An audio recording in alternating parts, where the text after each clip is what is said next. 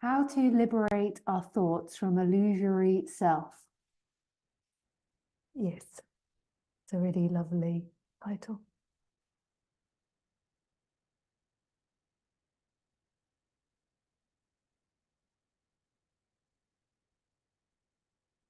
I don't even know where to begin. It's such a huge subject. It's so beyond thought and verbal communication that I don't even know how to begin talking about that.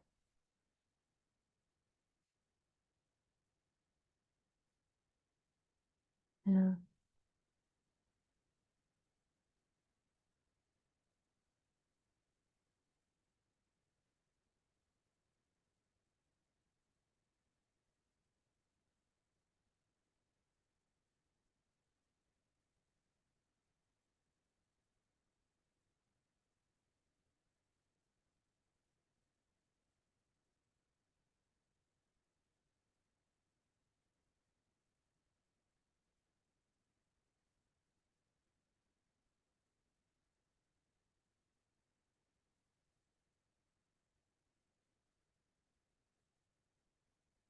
It just sends me into bliss, eh? Just even asking the question. So I suppose I give a disclaimer. These talks aren't aren't a replacement for therapy. A lot of people get that confused and believe that in some way non-duality is therapy because there is a going beyond thoughts or questioning of what you think and know, which is similar to therapy. But the difference is that in therapy, the goal is to improve the story, improve your thoughts, and help you find a better story of yourself and of your life. And in non-duality, it's about going beyond them. So there's a recognition of thoughts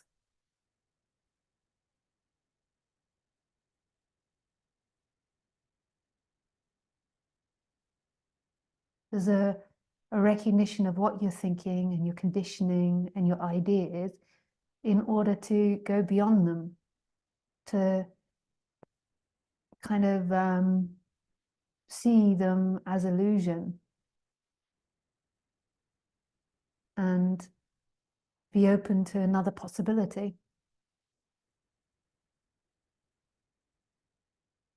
And it's not meant to in any way compete with therapy. And therapy can come in so many different thought forms. There's existential therapy. There's so many different now, somatic therapy, cognitive therapy, EMDR. There's so many different things you can do to help you in so many different ways. And this isn't meant to replace it. So basically, what I'm saying is there's nothing wrong with going for therapy or doing different practices in order to have a better life. I'm really not against that, and I don't think any non-duality teacher is against that.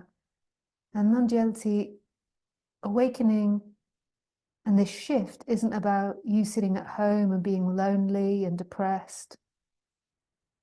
It really is like a radical shift. It's love. Like when there's the energetic shift, it is a shift to a connection to love in everything, a freedom in everything. It's not just an intellectual shift where you see and there is an understanding from intellectual bypoint, and it doesn't shift the experience. It really does shift the experience. It doesn't necessarily make you a perfect person or clean up your conditioning. There still can be trauma there. There still can be old habits and ways of being.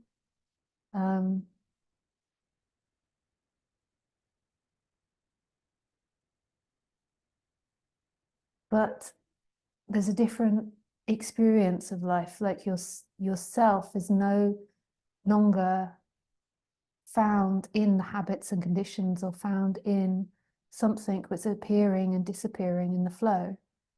There is a knowing of yourself from a deeper perspective. which is love and an emptiness, a deep emptiness. It doesn't necessarily improve functioning, although it can. It doesn't necessarily improve the circumstances in which you find yourself, although it can. But it does connect you to freedom that's always here, no matter what happens in this life. No matter what happens in this life, there is a freedom there. There is a deep knowing of truth.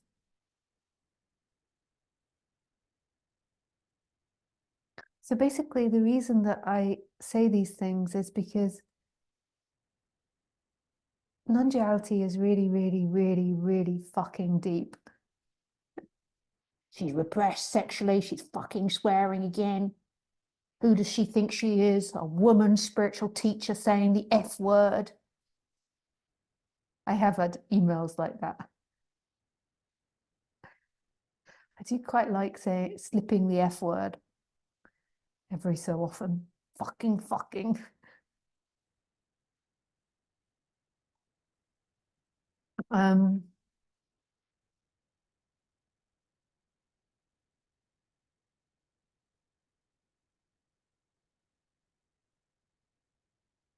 Yeah, so the reason that I say it is because, you know, working with people over 12 years now, or maybe it's coming up to 13 years. It's amazing how you get older, life goes quicker. So for 13 years, I've met people, and some people just have the intellectual recognition and then don't go any deeper and just go into then fixing the person, which is totally okay. Or they just give up and go back to their regular life. Or they just think that's all there is and just move on. Or they carry on listening and then believe they're enlightened and then begin to pontificate to everyone around them about the freedom that they know. But there's not been an energetical shift. So the suffering, you could say, is at the same level.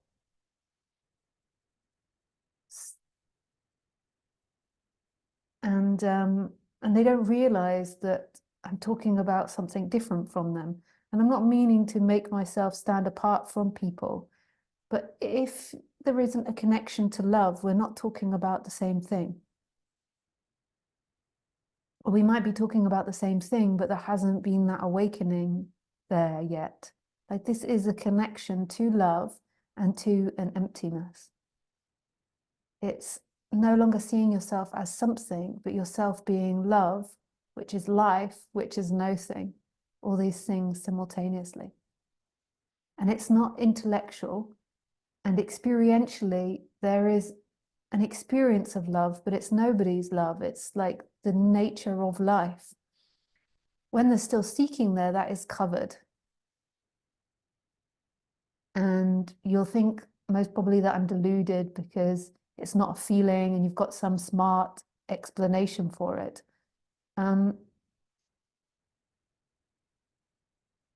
But it really, when this is recognized, it's the end of seeking. So it's the end of suffering.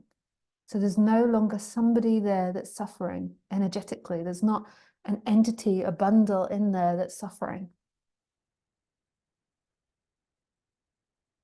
And that doesn't necessarily mean you don't get upset. So it doesn't necessarily look like something. So one thing that I come across often on the spiritual path is men that aren't in contact with their emotions, and they're able to not really have many emotional responses to things. Can be through spiritual practice, or it just can be through the conditioning that they received in childhood. So they're kind of cut off from their feelings, and they intellectually recognize the emptiness or the consciousness, but they're not connected to a love. And then they believe, because they're not experiencing feelings, especially in their relationships, you know, like the woman's maybe having lots of feelings and expressing feelings, and they're not. They begin to get into an idea that they're enlightened and that somebody that has feelings isn't. And then even I witness over the 12 years now, these characters, which aren't necessarily men, that can also be women, that then go on to teach. And that's totally okay, and that's perfect, but it's not the same.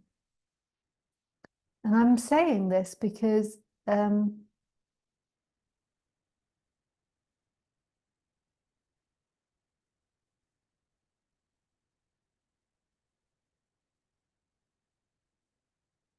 just see a lot of people thinking they've got it and not going deep enough into non-duality, thinking they've got it from a mind perspective and not carrying on delving into this experience. I think, I've got it intellectually. I've met that so many times, and it's really an unplucking of a central identity, and it's an energetic shift where it feels like you expand until there isn't a you that's separate from the world. So normally you walk around feeling like there is somebody energetically ending here in your relationship, and it's the end of that energetic expression. It's not an understanding, and that doesn't necessarily look like something. Like, that can happen and you can still have emotions. It's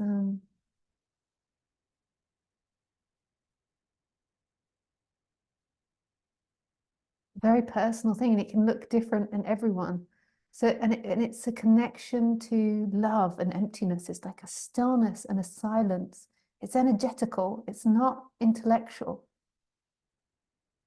A deep stillness. You know, I never thought it was possible. And for some people, it's a slow energetic shift, which it is a shift, but it's slow, so it doesn't necessarily feel like it as such, because you begin to expand and there stops being such a contraction. But because it's so gradual, you don't really notice that you are getting bigger and bigger and bigger and disappearing into everything. It's yeah.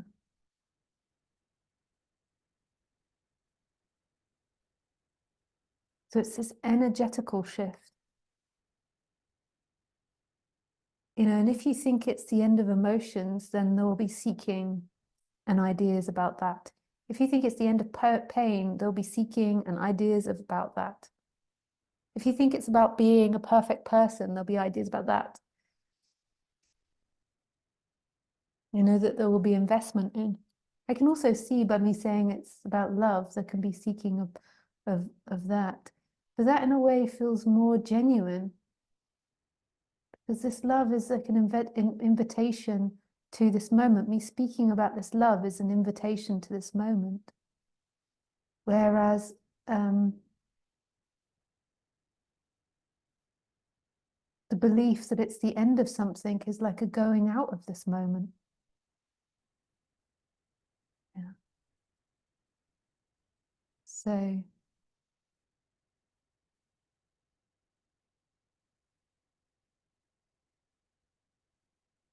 yes.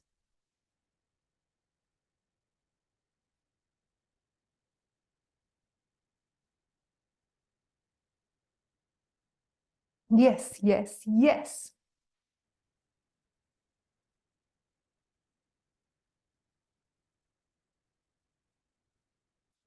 And there's an innocence, it like what I've noticed through a lot of people I watch and myself is you go back to a more innocent sense of you.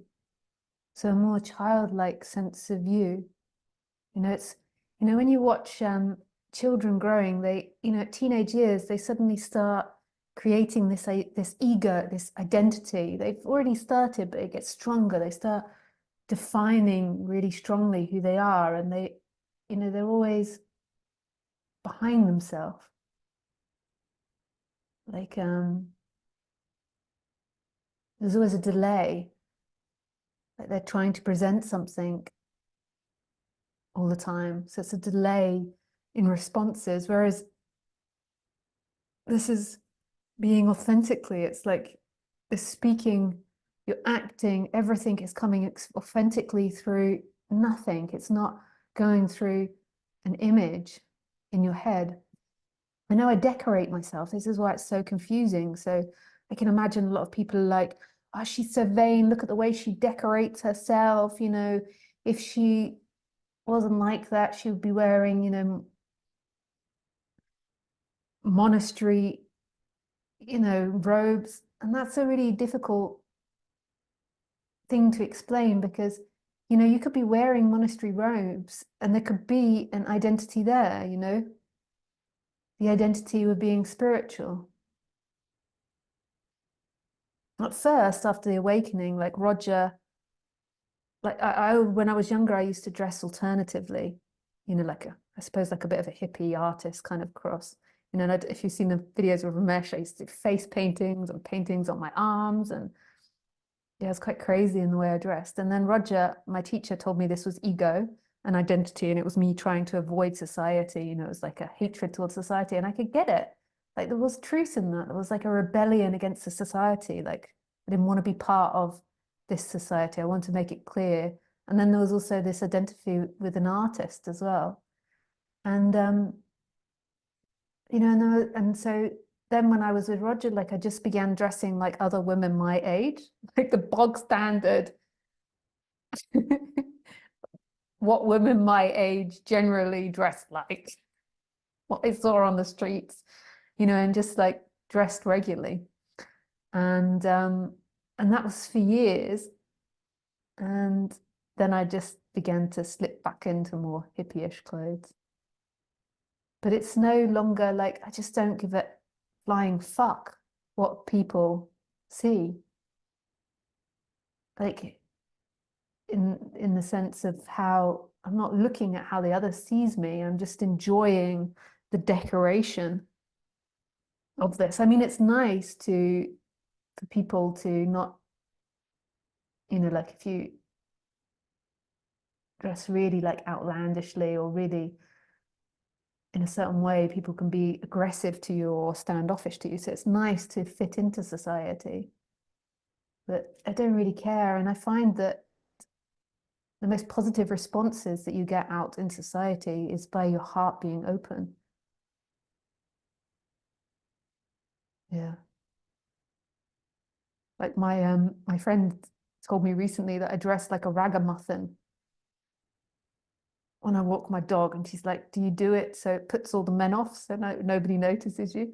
And I was like, I didn't really realize that I dressed that bad. And then I caught my in the, in the window as I walked past. And my God, do I look a state? It's because it's winter and I have these like big earmuffs on that aren't cute, like aren't fluffy. They look awful. Like I really look awful. And then this hat. I didn't really realize how bad I had it. I was. And then I don't want my trousers to get dirty, so I tuck them into these boots. And then my jacket is too big for me and dirty. And I really look awful. You know, it's even a bit unclear if it's male or female underneath it all. And I haven't even noticed the difference in people treating me, you know, like I didn't even notice any difference. I didn't notice that I look so bad, really. I was protecting my hair actually, because we've had lots of low cloud and people didn't treat me any different. And I think it's to do with like, I go in and I'm like, yeah.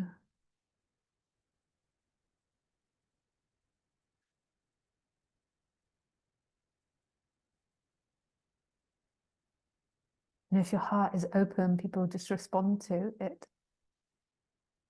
I can't say that I'm always like that because sometimes I have immense period pain or pain. And so then you're like, well, I'm really dopey. But most of the time I'm happy to see people. And sometimes people let their dogs go wild at me, which I'm not so pleased about. But, you know, anyway, me, talking about me. But I'm just trying to say, like, contradict these things, these ideas that we get. Like, I look at the colors that I wear and I'm like, yazzy, dazzy. hippy dippy. And my jewelry, like this is the most important part, is your hands. You know, and like I can see my reflection now, and this like bright, beautiful colors, and then the beautiful headband and the color of the hair, like, yeah.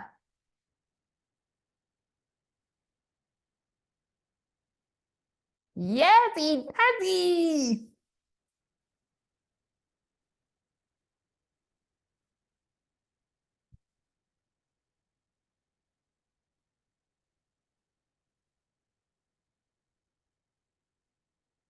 Like, you know, when you see a peacock. Yeah. It makes my heart sing to see these colors. It's also, I love the color green, seeing things that are green. Yeah.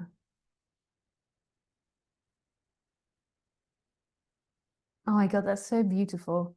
I just feel like humans got so much possibility, and just anyone that's listening, like tomorrow, just wake up and wear and dress in what like tickles you from your heart, like not from your mind of what people think, but from your heart.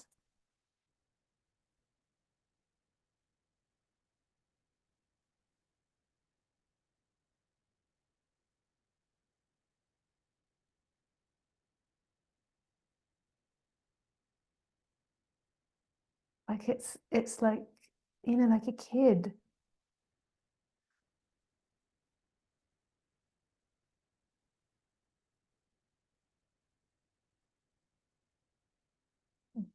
There's just such a loving sense of like, just be yourself, because there is no self. This really isn't an intellectual message. It's really just this going back to expression from this moment.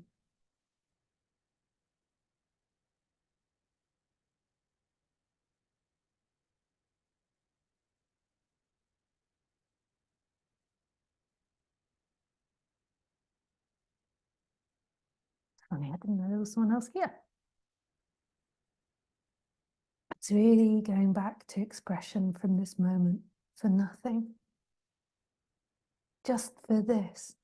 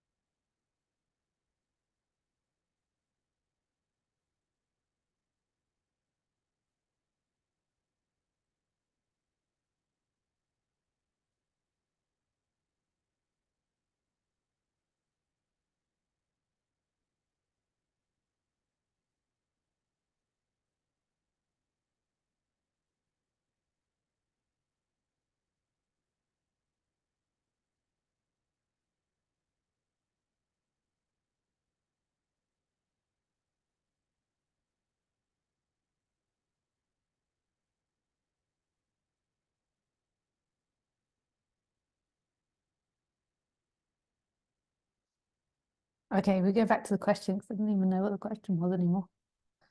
How to liberate our thoughts from the illusory self. So the way in which you do that is very simple. Is not believing anything that your mind thinks.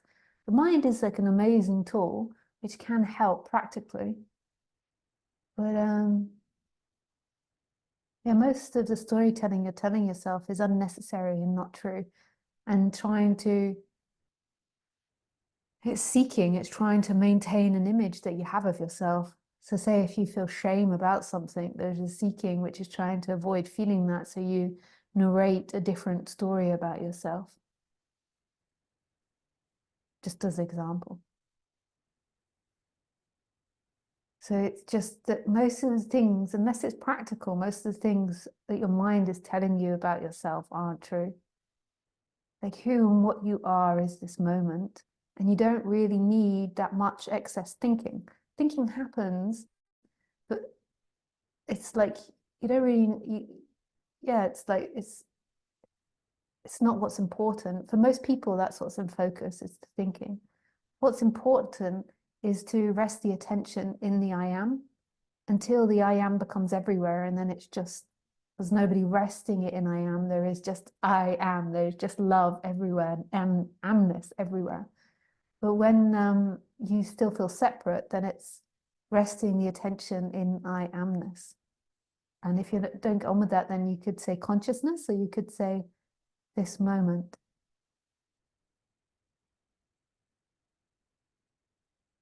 You know, and moving your attention away from all the I'm this, I'm that, they're this, they're that. If your mind's repeating about a story to do with yourself or someone else, and it's not got that much practicality in it, then you're in seeking. So just you can do some therapeutic method to try and release it, like the massage. I'm a big fan of somatic therapies. You know, and if you're in trauma, you can do all those type of things. But then the rest of the time, it's moving the attention back to the I am, or to what is. And then at some point, it will just shift. There will be nobody that's doing that anymore.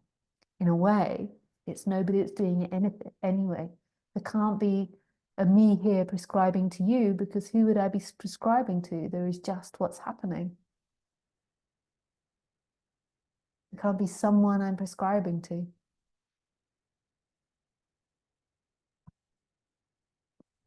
Pardon me.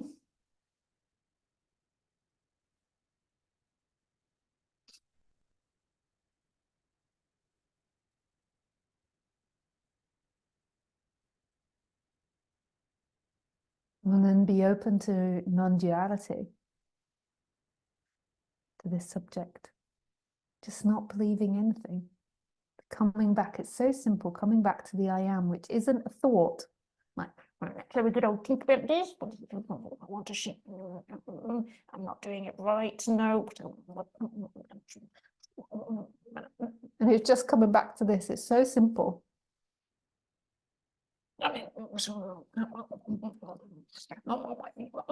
Thinking.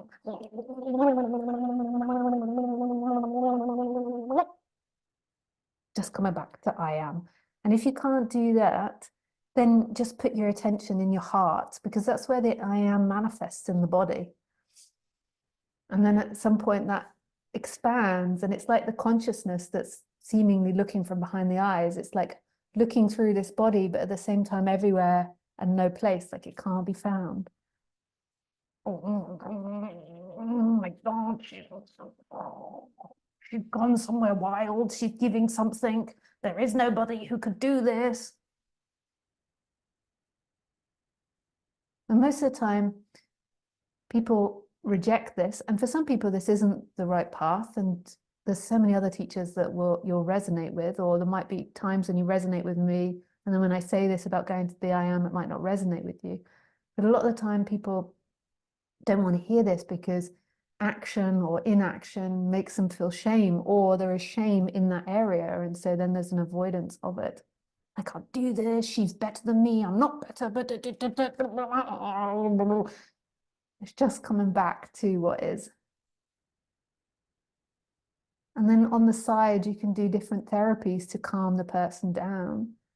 But but this isn't therapy. This isn't about becoming a better you.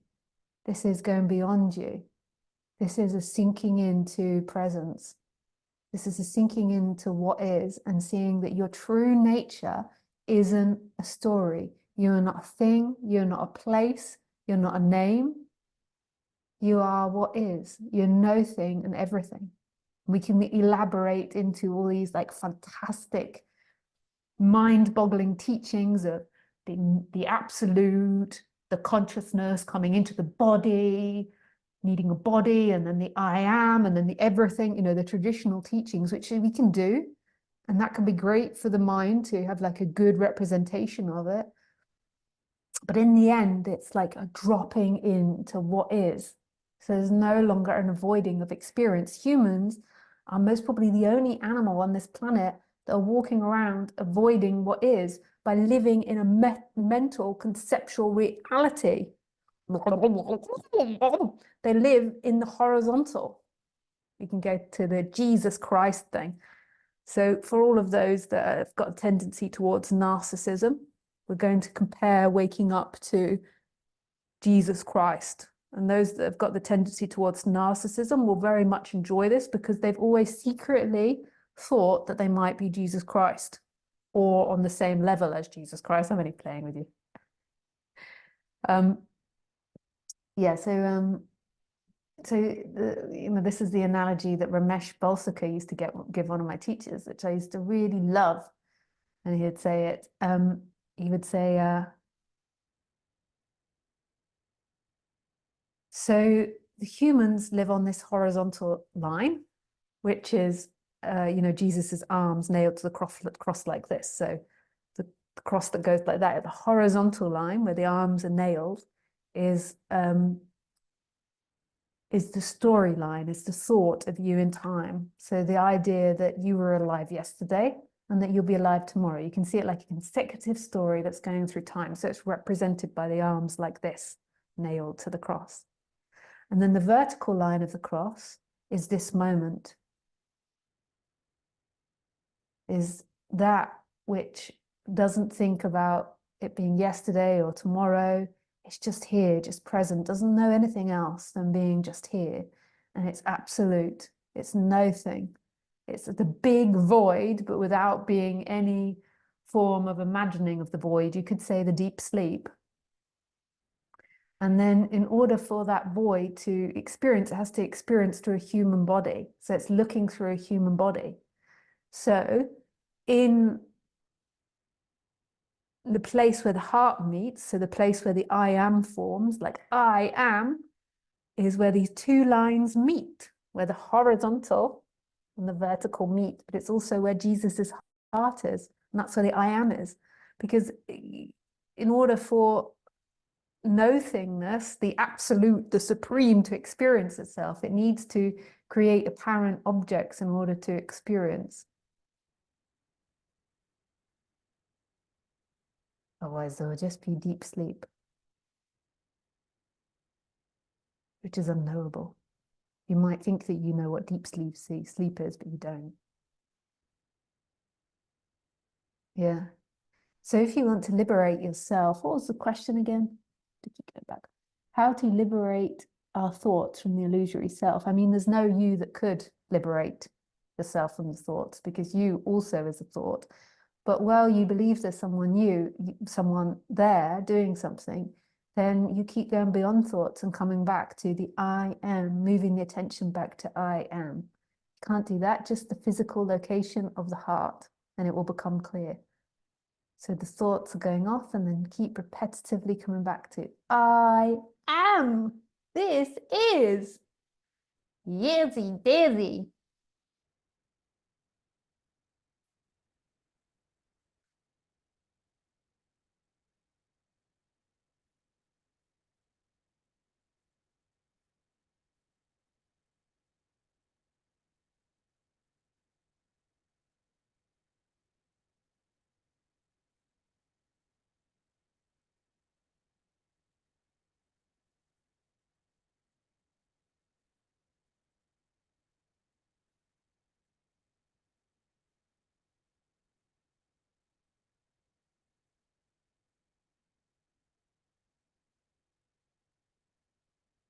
This is.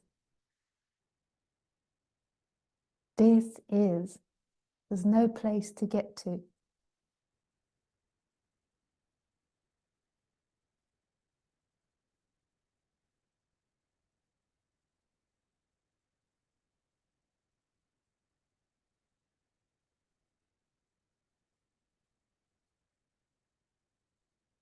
Mm.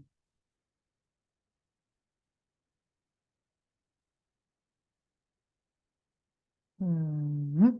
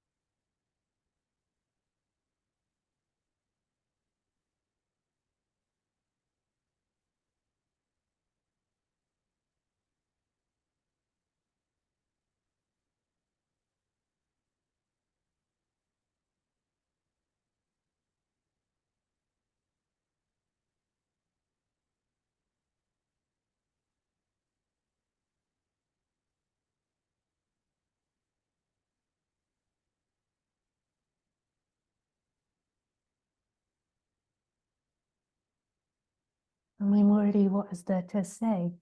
Here we are. I see my job only as to speak from that place.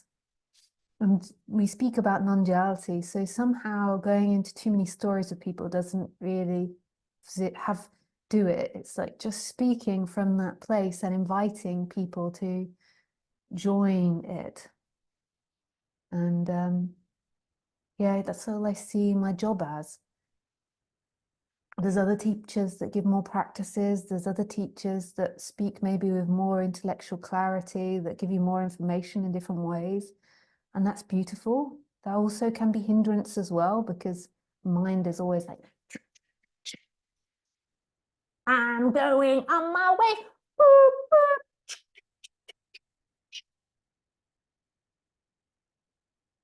And it's believing it's going to arrive at its destination in the future where it's only just here. So it's like, it's beautiful also because it can settle the person down, but it can get the person on the choo-choo train to believe it's going somewhere where there is nowhere to go to. It's only here. Only here. Choo choo choo choo choo choo choo choo choo choo choo choo choo.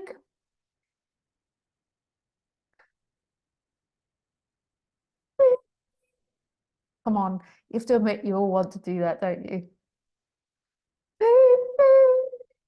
Go on, just try it. I'm 67 years old. I'm not doing a poop stand. Who doesn't want to do it? You hear the trains doing it, and who doesn't want to just play? In the middle of their conversation about cheese. Oh yeah, the cheese is fantastic. Yeah, enjoying it superbly. I'm going to get my baguette and have cheese, and then the train goes off, and everyone's suddenly like, beep, beep. Sorry. No, I'm not apologizing anymore for my stupid humor. But basically, you know, do all these practices to calm yourself down, but there's nowhere to go. There's only this moment. And my job as a speaker is just to call you to it in presence. To speak from presence, it's like call and response, like bhajangs. And just keep reminding of this subject and staying on topic. Yeah.